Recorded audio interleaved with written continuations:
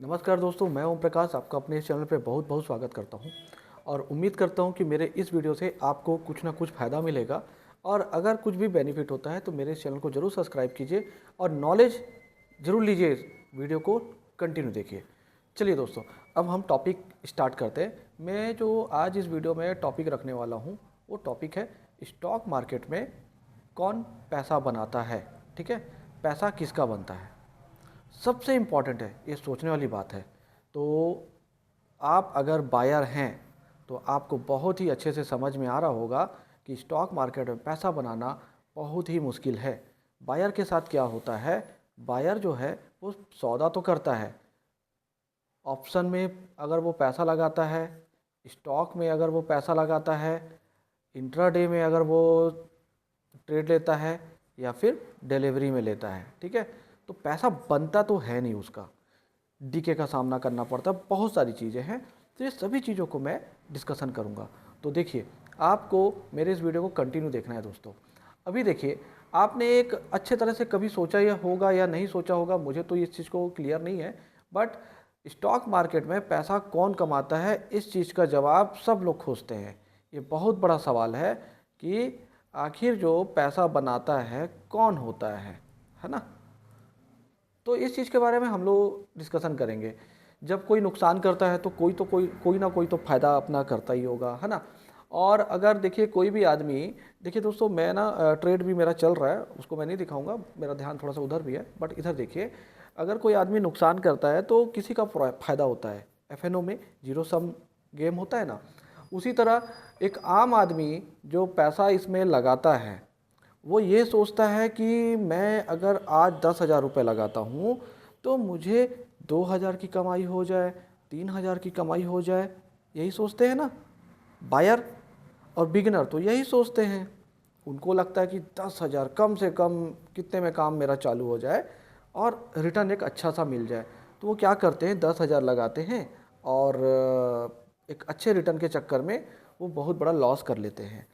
और उसी तरह अगर मैं एक दूसरा पक्ष की बात करूं, जो कि सेलर होता है, चाहे वो स्टॉक्स को सेल करे या फिर एफएनओ को सेल करे, FNO in the sense future को सेल करे या फिर ऑप्शन को सेल करे, स्टॉक के ऑप्शन को सेल करे, उसके पास बहुत सारी मतलब टूल्स है, इंस्ट्रूमेंट है जिस पे वो काम करे, है ना।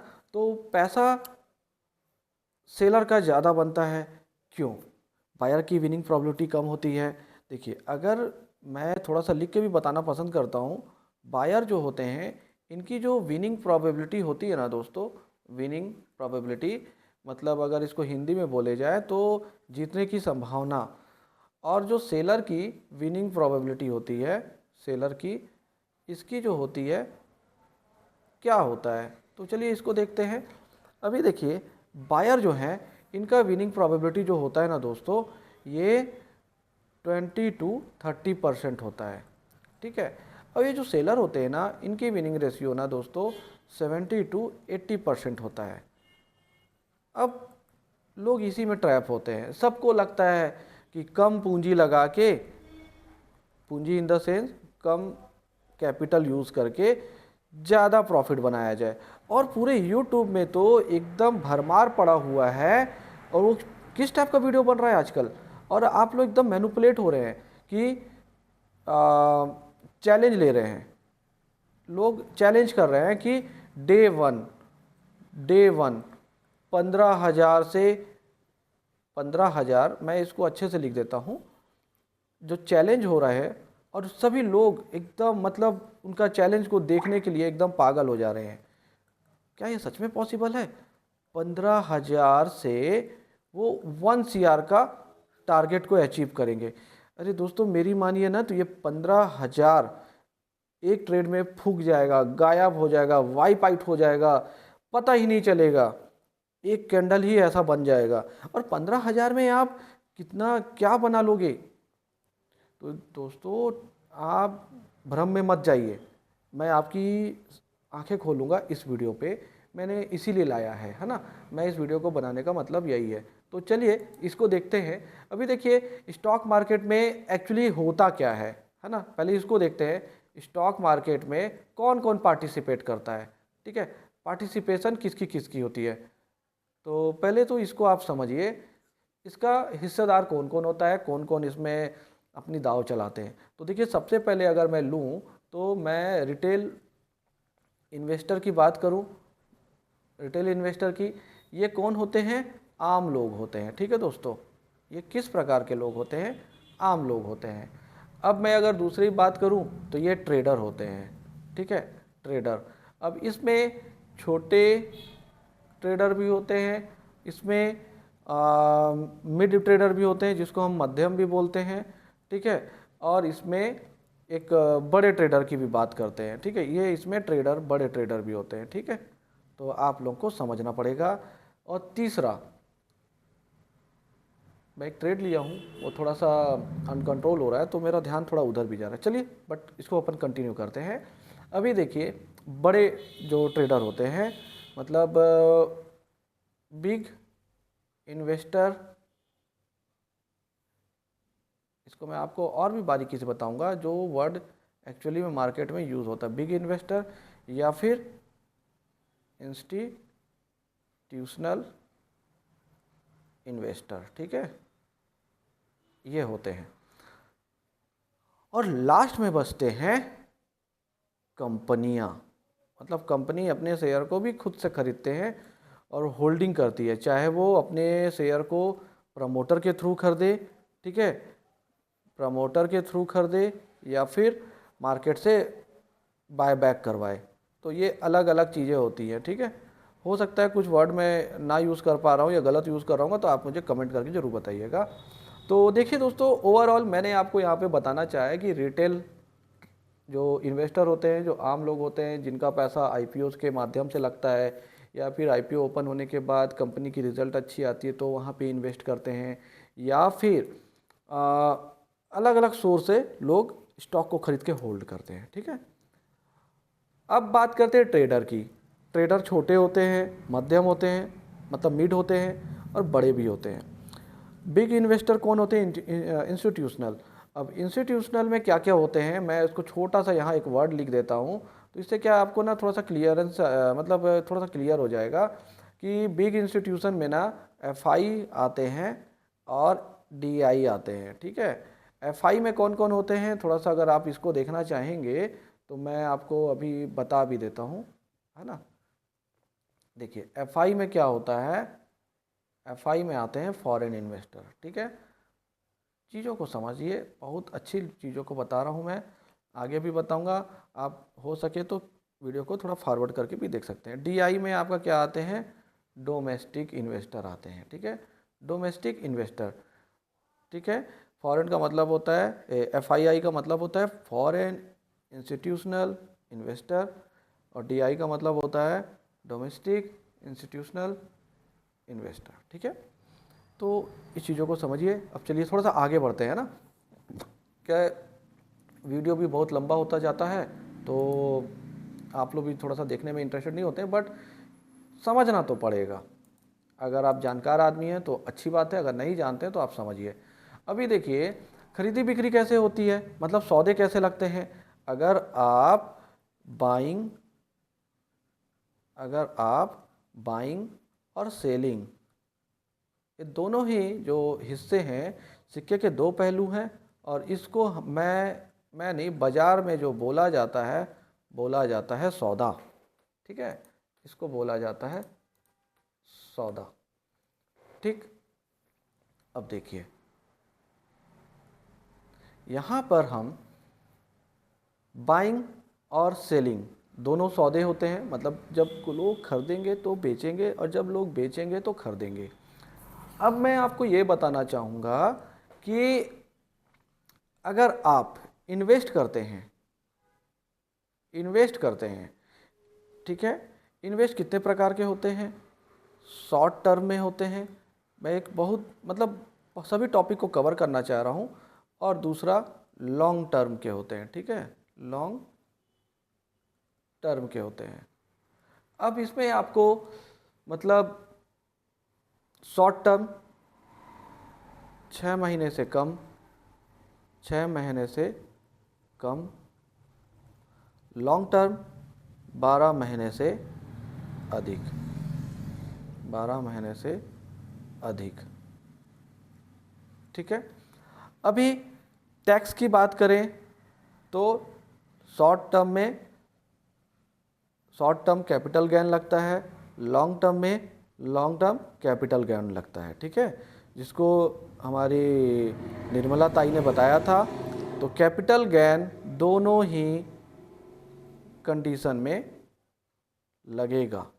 ठीक है, कैपिटल गेन दोनों ही कंडीशन में लगेगा। अब इस तरफ को आप लिख दीजिए शॉर्ट टर्म कैपिटल गेन और इस तरफ आप लिख दीजिए लॉन्ग टर्म कैपिटल गेन। ठीक है, तो STCG हो गया और LTCG हो गया, ये दोनों ही लगेंगे।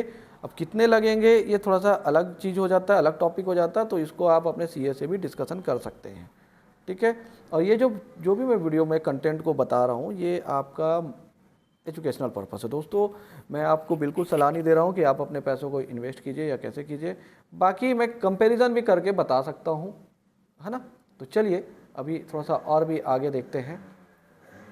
ठीक है, अभी देखिए, आप कोई भी शेयर को, जब आप शेयर को बाय किए, ठीक है, और सेल किए, तो ये ट्रेड जो होता है कैसे कंफर्म होता है कि आपको फ़ायदा ही होगा।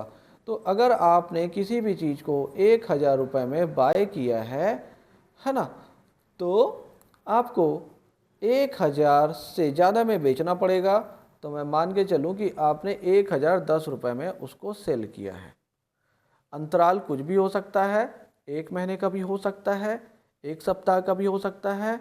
देखते चलिए, एक सप्ताह का भी हो सकता है अंतराल, मतलब समय अवधि टेन्योर, 1 महीने का भी हो सकता है और 6 महीने का भी हो सकता है। और इसके साथ साथ थोड़ा सा और भी आगे बढ़ें तो 12 महीने का भी हो सकता है या इससे अधिक भी हो सकता है। ठीक है,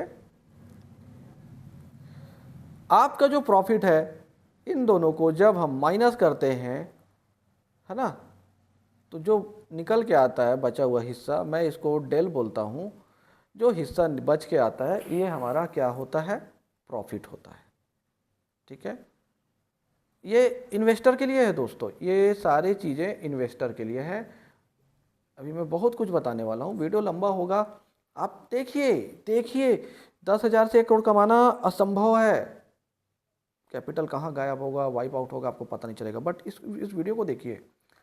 अभी देखिए, जब भी आप कोई भी कंपनी का, मैं लिखते भी चलता हूँ इससे आपको समझ भी आएगा, जब भी किसी कंपनी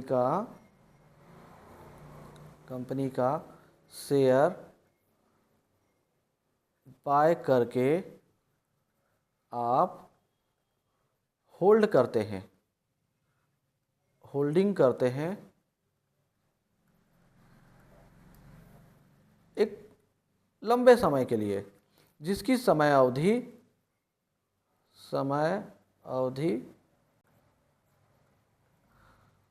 3 महीने से ऊपर की लेके चले हम, 3 महीने से अधिक, तो कंपनी के तरफ से आपको उसके हिस्सेदारी दी जाती है, हिस्सेदारी बांटा जाता है। कंपनी का जो भी प्रॉफिट होता है वो आपको दी जाती है, और जो प्रचलित वर्ड है उसको हम बोलते हैं डिविडेंड। जो प्रचलित वर्ड है इसको हम बोलते हैं डिविडेंड। ठीक है, शेयर का जब दाम ऊपर जाता है तो कैपिटल गेन लगता है, चाहे वो शॉर्ट हो या फिर लॉन्ग हो, और डिविडेंड कंपनी अपने मुनाफा का एक हिस्सा आपको देती है, और ये मतलब हर 3 महीने में होता है, 3 मंथ में दिया जाता है, साल में आपको 4 बार दिया जाता है, 4 टाइम्स इन ईयर। ठीक है, 12 महीने होते हैं एक साल में, वो आपको 4 बार दिया जाता है। ये चीज़ों को समझते चलिए, मैं आपको और भी चीज़ें अभी आगे बताने वाला हूँ, अच्छी चीज़ें बताने वाला हूँ। ठीक है दोस्तों, तो कुल मिला के आपको समझ में आ रहा है कि आप अगर इन्वेस्ट करते हैं तो क्या होता है, और अगर मतलब इन्वेस्ट करते हैं तो आपको क्या फ़ायदा होता है, ठीक है। इन्वेस्ट करते हैं तो आपका स्टॉक का प्राइस ऊपर जाता है, प्राइस अप हुआ, प्रॉफिट हुआ, डाउन हुआ, लॉस हुआ, बट जो डिविडेंड है वो आपको मिलेगा, ठीक है। अप डाउन ये लगे रहेगा, बट डिविडेंड आप जब तक होल्ड करेंगे तो कंपनी आपको डिविडेंड देगी, ठीक है, याद रखिए। चलिए आगे बढ़ते हैं। अब जो ट्रेडर है, अब मैं बात करता हूं ट्रेडर की, ठीक है। अब देखिए, अब जो ट्रेडर है, अब किस प्रकार के ट्रेडर हैं। अगर आप स्टॉक्स में कर रहे हैं ट्रेडिंग, स्टॉक्स में कर रहे हैं तो स्विंग ट्रेडिंग कर रहे हैं, ठीक है, स्विंग ट्रेडिंग पहला। दूसरा, इंट्राडे ट्रेडिंग कर रहे हैं, इंट्राडे ट्रेडिंग कर रहे हैं आप। तीसरा, एफएनओ, फ्यूचर एंड ऑप्शंस, ये स्टॉक्स में भी होता है ना दोस्तों। ये तीन हो गए स्टॉक्स के। स्विंग ट्रेडिंग में आपको जब मुनाफा आता है तभी आप निकलते हैं।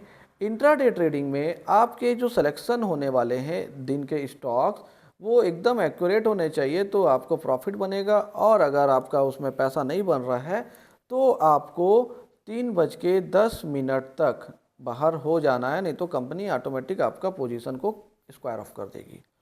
फ्यूचर एंड ऑप्शन स्टॉक्स के ये बताता है कि कंपनी का भाव किस तरफ जाने वाला है। पहले किसी समय पे फ्यूचर एंड ऑप्शन का मदद स्टॉक्स को हेज करने के लिए किया जाता था, उसको इंश्योरेंस करने के लिए किया जाता था, बट अभी इसका जो रोल है एक अलग प्रकार से बन गया है, ठीक है। इसको चलिए ट्रेडिंग। अब मैं बात करता हूँ, एक ट्रेडिंग और भी होती है। वो ट्रेडिंग कैसे होती है, जो एकदम पॉपुलर है, ट्रेंडिंग में है, इंडेक्स एफएनओ, ठीक है दोस्तों, इंडेक्स एफएनओ। इंडेक्स कौन कौन से होते हैं, आपका निफ्टी होता है, निफ्टी 50, इसको मैं फिर से लिख देता हूँ थोड़ा अच्छा दिखेगा, निफ्टी 50 होता है, बैंक निफ्टी होता है, सेंसेक्स होता है, इसके अलावा फिन निफ्टी होता है, ठीक है। अभी देखिए, निफ्टी 50 भारत के टॉप 50 कंपनी का समूह होता है, ग्रुप होता है। बैंक निफ्टी 11 बैंकों का समूह होता है, ठीक है। सेंसेक्स भी 30 कंपनियों का समूह होता है, जो कि प्योरली BSE को रिप्रेजेंट करता है। निफ्टी 50 प्योरली NSE को रिप्रेजेंट करता है, ठीक है।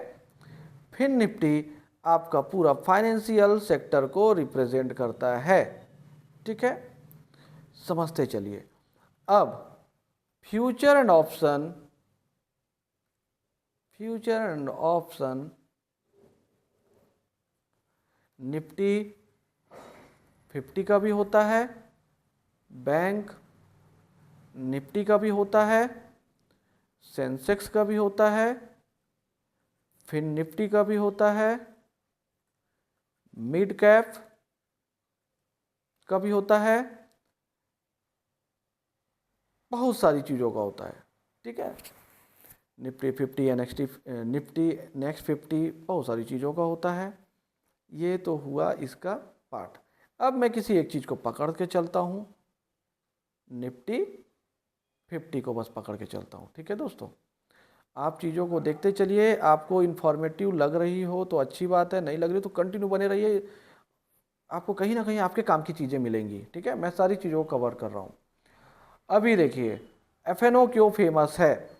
इसमें क्या होता है, कॉल होता है, इसमें पुट होता है, इसमें क्या होता है, इसमें क्या होता है, एटीएम होता है, आईटीएम होता है, ओटीएम होता है। लोग अपने अपने बजट के हिसाब से इसमें अपना पैसा डिप्लॉय करते हैं और ये बताने की कोशिश करते हैं कि मार्केट अप जा सकता है या डाउन जा सकता है। इसी में ऑप्शन बायर भी होते हैं और ऑप्शन सेलर भी होते हैं। ऑप्शन सेलर को राइटर भी कहा जाता है। ऑप्शन राइटर जो होते हैं ये छोटे ट्रेडर नहीं होते हैं, ये कम से कम मिनिमम 55 से 60 हज़ार, 2 लाख से 3 लाख, 5 लाख से 7 लाख ये कैपिटल रखते हैं। अब डिपेंड करता है वो कौन सी स्ट्रेटजी यूज़ कर रहे हैं। स्ट्रेटजी अलग अलग होती है और इससे अधिक भी फिर ऑप्शन राइटर पैसा लेके बैठते हैं। जहां बायर का पैसा 12,000 रुपये लगता है एक लॉट लेने पर, वहीं पर ऑप्शन सेलर का पैसा लगता है 2,50,000 विदाउट हेज। अगर हेज कर लेते हैं तो ये पैसा इनका कम हो जाता है, ये हो जाता है 1.5 लाख के आसपास। अभी सोचने वाली बात ये है कि बायर, मैं इसको ग्रीन कलर से डिनोट कर देता हूँ, बायर 12,000 लगाकर पैसा कमा के जाएगा या फिर सेलर 2.5 लाख या 1.5 लाख लगाकर पैसा कमा के जाएगा। अगर मैं इनके बीच में एक रेशियो निकालना चाहूँ या फिर कंपैरिजन करूँ, है ना, कंपैरिजन करूँ, तो दोस्तों आप देखेंगे कि बायर का विनिंग रेशियो 20 to 30% होता है और सेलर का विनिंग रेशियो 70 to 80% होता है। यहाँ तक क्लियर? चीज़ों को समझिए। आगे बढ़ता हूँ मैं। एफएनओ में जो बायर होते हैं इनके पास ट्रेडिंग करने का सिर्फ और सिर्फ, अगर ये अपना दांव लगाते हैं, जब भी ये कैपिटल डिप्लॉय करने से पहले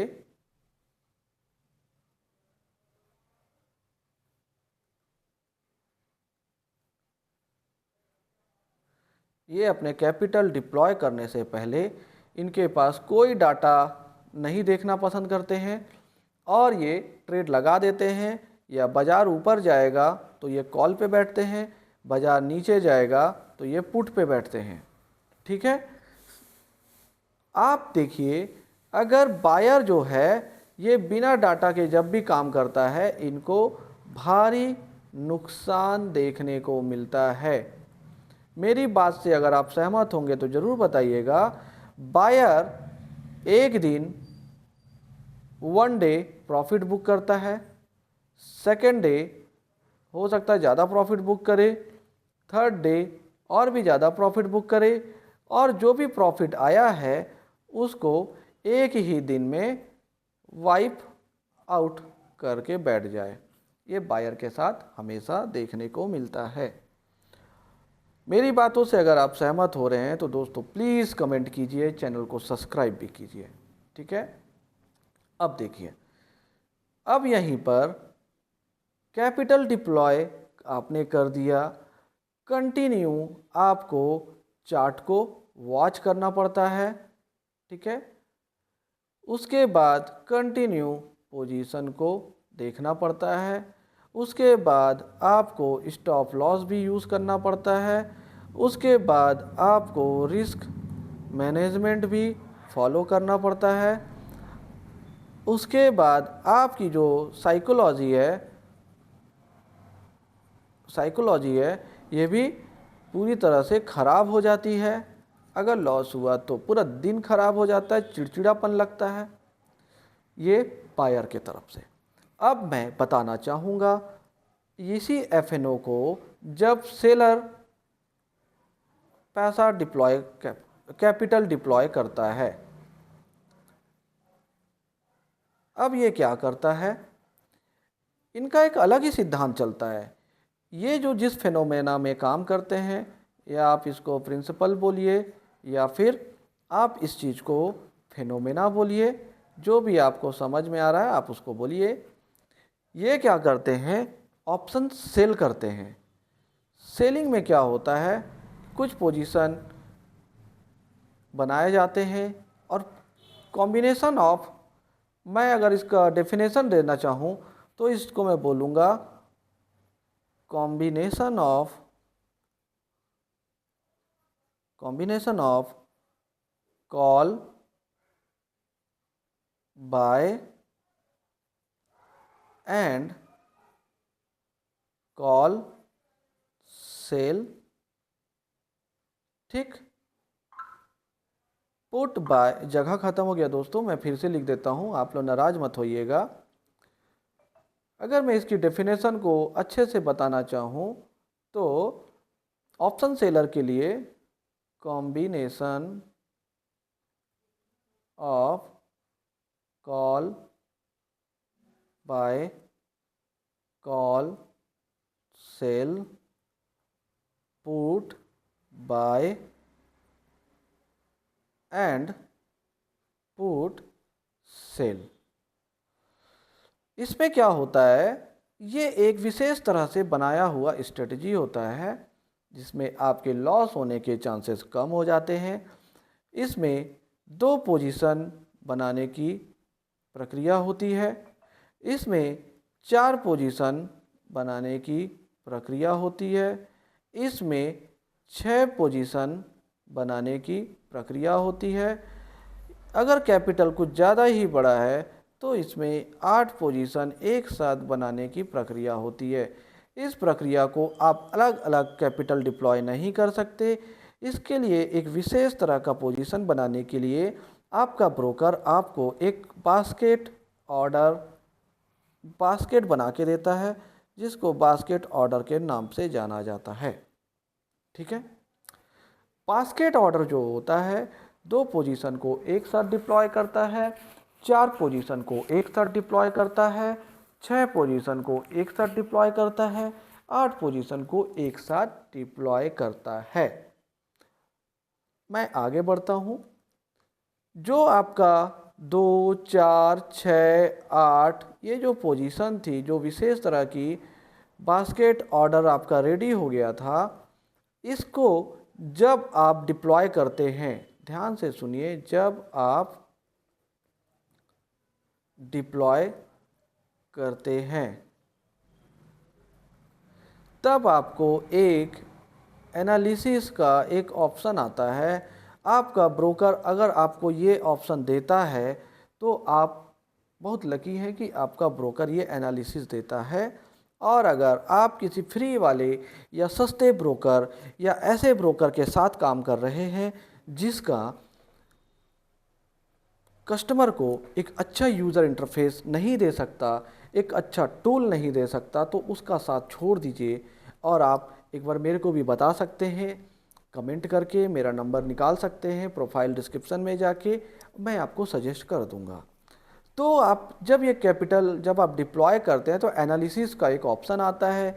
जब हम यहाँ पर एनालिसिस करते हैं तो यहाँ पर ये बताता है कि आपका कैपिटल कितना डिप्लॉय होने वाला है, उससे अपन तो समझ जाते हैं। वहाँ पर आपको ये भी बताता है, एक समरी आता है। समरी में क्या बताया जाता है कि आपको मैक्सिमम प्रॉफिट कितना हो सकता है, मैक्सिमम लॉस कितना हो सकता है, प्रोबेबिलिटी आपकी जो होती है, प्रोबेबिलिटी ऑफ प्रॉफिट, पीओपी बोलते हैं इसको, ये आपका कितना हो सकता है, ये परसेंटेज में होता है। यकीन मानिए दोस्तों, अगर आपका max profit MP, max profit आपका अगर आपने 2 लाख का कैपिटल डिप्लॉय करके रखा हुआ है, आपका मैक्सिमम प्रॉफिट यहाँ पर 2000 के आसपास दिखाना चाहिए। मैक्सिमम लॉस आपके किस स्ट्रेटजी में डिप्लॉय कर रहे हैं, अगर मैं इसको भी पकड़ के चलूँ तो ये 1,500 के आसपास दिखाना चाहिए।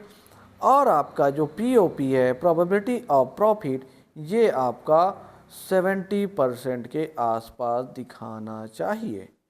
अगर आपका ब्रोकर ये सारे टूल आपको दे रहा है तो आप लकी हैं। ठीक है, आप इस चीज़ को सोचिए। ये मैं ऑप्शन सेलर की बात कर रहा हूँ। ठीक है, अभी देखिए, आपको पैसा बनाने के लिए, जब भी आप पैसा बनाने का सोचते हैं, ठीक है, पैसा बनाने का सोचते हैं, तो क्या होता है, आपको बहुत सारी चीज़ों को बारीकियों से एनालिसिस करनी पड़ती है। ठीक है, जिसमें डेटा भी इंक्लूड होता है, डेटा देखना पड़ता है। ये तो बात करते हैं हम प्रॉफिट की। अब वहीं दोस्तों, अगर आप लॉस करने का जब ठान ही लिए हैं तो बाइंग कीजिए, नेकेड बाइंग कीजिए। आपको लॉस से कोई नहीं बचा पाएगा। सबसे अच्छी सलाह है, मेरी सलाह नहीं है, हमारे जो भी संस्थाएं हैं, चाहे वो बैंकिंग सेक्टर हो या म्यूचुअल फंड वाले हों, इन्वेस्ट कीजिए। अगर आप एफएनओ कर रहे हैं तो आपको डेटा तो सीखना पड़ेगा दोस्तों, याद रखिए, पैसा ऐसे नहीं बनेगा। ठीक है, तो मेरे को ऐसा लग रहा है कि मैंने वीडियो बहुत लंबा बना दिया है और आप लोग भी बोर हो रहे हैं। तो दोस्तों, चैनल को सब्सक्राइब कीजिए। बहुत सारी चीज़ें हैं मेरे चैनल के वीडियो में। आपको बहुत अच्छा एक तो कंटेंट मिलेगा, आरएसआई, फिर एक आरएसआई और मिलेगा जो कि मॉडिफाइड है। ठीक है, मॉडिफाइड है। इन सब चीज़ों को आप देखिए, चैनल को लाइक कीजिए, सब्सक्राइब कीजिए। थैंक यू दोस्तों, थैंक यू सो मच।